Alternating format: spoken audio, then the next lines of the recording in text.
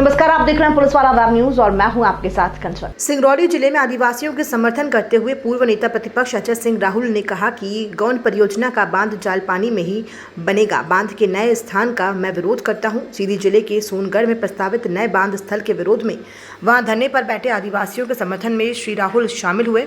उन्होंने आंदोलन कर रहे आदिवासियों से कहा कि मैं वादा करके जा रहा हूँ कि कुछ भी हो जाए, सोनगढ़ में बांध नहीं बनेगा। गौन बृहद सिंचाई परियोजना के लिए बांध बनेगा तो पूर्व स्थल जालपानी में ही बनेगा, जहां 200 करोड़ रुपए पहले ही खर्च हो चुके हैं। भले ही इसके लिए हमारी कुर्बानी हो जाए, मैं पूरे जुनून से इस काम को करूंगा। मुख्यमंत्री की मंशा सही नहीं है। केवल एक व्यक्ति को फायदा पहुंचाने के लिए बांध स्थल जालपानी से सोनगढ़ ले जा रहे हैं। उनके खास आदमी को कोयले की खदान आवंटित हुई है और जालपानी में बांध बनने से खदान का काम नहीं हो पाएगा। इसलिए काम शुरू होने के बाद बांध को अचानक सोनगढ़ ले जाया जा रहा है। वैसे तो बांध की जरूरत ही नहीं है, यदि जरूरत भी है तो वो जालपानी में ही बने। श्री सिंह ने आगे कहा कि पूर्व मुख्यमंत्री स्वर्गीय अर्जुन सिंह कोई भी योजना बनाते थे तो अंतिम छोड़ के अंतिम व्यक्ति की जरूरतों को ध्यान में रखकर बनाते थे। गरीबों और आदिवासियों का हित उनके प्राथमिकता क्रम में रहता था। उनसे तो किसी ने नहीं कहा था कि एक बत्ती कनेक्शन दो, झुग्गी झोपड़ी के पट्टे दो या आदिवासियों को तेंदुपत्ता बोनस दो, लेकिन उन्होंने अपने विवेक से ऐसी योजनाएं बनाई जिसमें सिर्फ और सिर्फ गरीबों का भला हुआ है। चुनाव में शिवराज सिंह के व्यक्ति की हार के बाद वे इतने बौखला गए कि उन्होंने 2008 में सीधी के 2 टुकड़े कर दिए, सिंगरौली जिला बना दिया। बड़ी बड़ी बातें कहीं कि सिंगरौली को सिंगापुर बना दूंगा। सिंगरौली सिंगापुर बना क्या? अलबत्ता उनका घर जरूर सिंगापुर बन गया। भाजपा सरकार बातें बड़ी बड़ी करती है, कभी अनाज दे दिया तो कभी लोगों को आवास का लालच दे दिया, लेकिन गरीबों का काम धेले का नहीं करते। चुनाव में मशीन का खेल होता हो या कुछ और, आखिर में वोट भाजपा को चले जाते हैं। उत्तर प्रदेश इसका उदाहरण है। इसलिए आप सबसे मेरा आग्रह है कि चुनाव के समय आपको बहुत सावधानी के साथ अच्छी पार्टी के अच्छे व्यक्ति का चुनाव करना है। श्री सिंह ने कहा कि सर्वे में बांध स्थल सिंगरौली के जालपानी में तय किया गया है। सैकड़ों पेड़ काट दिए गए। ठेकेदार को प्रशासकीय स्वीकृति के बाद 200 करोड़ का भुगतान भी करा दिया गया। इसलिए कुछ भी हो जाए, बांध तो जालपानी में ही बनेगा। चाहे जो हो जाए, मैं भोपाल और दिल्ली तक शांतिपूर्ण तरीके से आदिवासियों की मांग औचित्य के साथ रखूंगा। माताएं बहन, सभी सम्मानित बुजुर्गण,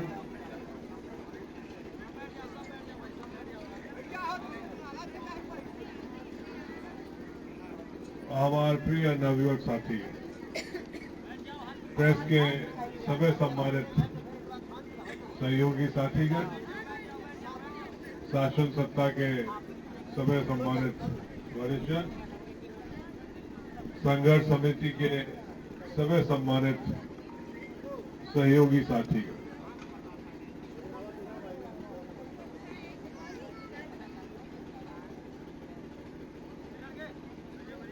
कुछ दिन पहले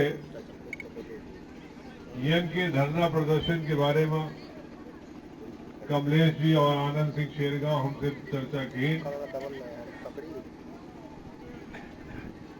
तब वो हम गंभीरता से नहीं लिया। हम कहें धरना प्रदर्शन तो हो रहा था, पता नहीं कौन धरना हो रहा है। फिर कुछ जने भोपाल पहुंचे,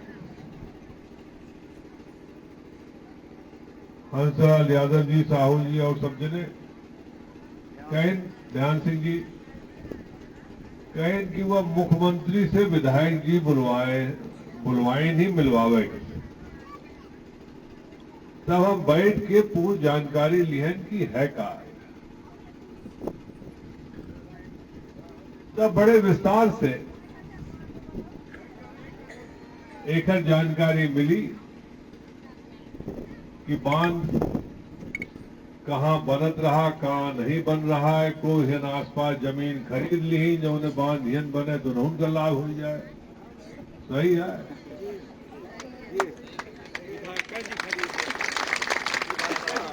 अब हम नहीं जाने थे इनको खरीदी नहीं तो खरीदी जरूर ही हम जाने थे। हम सब जानकारी 5 रोज में ले लिए, लेकिन विधायक जी के मंशा साफ नहीं है, यह साफ हो गया। उनकर मंशा है कि डैम हियन बने जो उन्हें अपना बच्चे वो परेशान हो, और हमरे राहत या डैम इनसे तो न बनी, चाहे जाल पानी बने।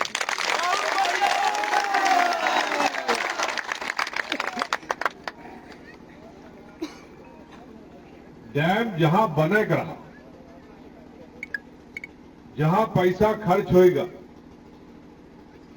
जहां के वीडियो घलाए हम कमलेश जी का भेजे रहे कि जाए कि उनसे फोटो खींच के ले आवा, तो हमें काल फोटो भेजे। आजकल तो सब चीज फोन में आ जाती।